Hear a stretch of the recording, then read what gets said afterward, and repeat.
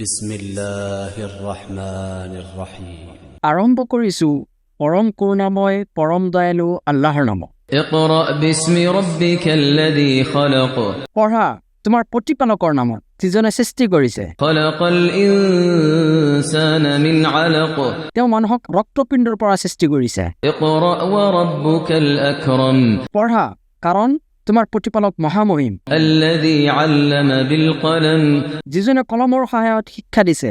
علم الإنسان ما لم يعلم তেওঁ মানুহক এনে শিক্ষা দিছে যিটো মানুহে আগতে জনা নাছিল। كلا إن الإنسان ليطغى বাস্তৱ এই যে মানুহে সীমালংঘন কৰি থাকে, أن رآه استغنى কাৰণ সি নিজকে স্বনিৰ্ভৰশীল বুলি ভাবে।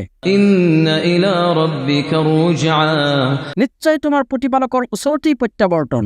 أرأيت الذي ينهى عبدا إذا صلى তুমি তাক দেখা নাই নে যিয়ে বাধা প্ৰদান কৰে এজন বান্দাক যেতিয়া তেওঁ সালাত আদায় কৰে? أرأيت إن كان على الهدى কি বুলি ভাবা যদি তেওঁ হৃদয়তৰ ওপৰত প্ৰতিষ্ঠিত থাকে أو أمر بالتقوى অথবা তাকৱাৰ নিৰ্দেশ দিয়ে, তথাপিও তেওঁ কেনেকৈ বাধা দিয়ে? أرأيت إن كذب وتولى তুমি লক্ষ্য কৰিছানে যদি সি অস্বীকাৰ কৰে আৰু মুখ ঘূৰাই লয়?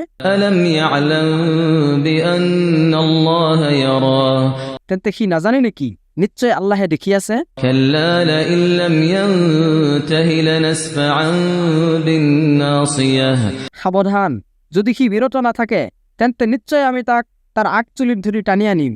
ناصية كاذبة خاطئة মিছনীয়া পাপিষ্ট আগচুলি। فليدع ناديه سندع الزبانية এতেকে সি যদি নিজৰ পৰিষদবৰ্গক মাতিব বিচাৰে তেন্তে মাতি আনক, অনতিপলমে আমিও মাতি আনিম জাহান্নামৰ কঠোৰ প্ৰহৰীসকলক। كلا لا تطعه واسجد واقترب সাৱধান, তুমি তাক অনুসৰণ নকৰিবা, তুমি তোমাৰ প্ৰতিপালকক সাজদা কৰা আৰু তেওঁৰ নৈকট্য লাভ কৰা।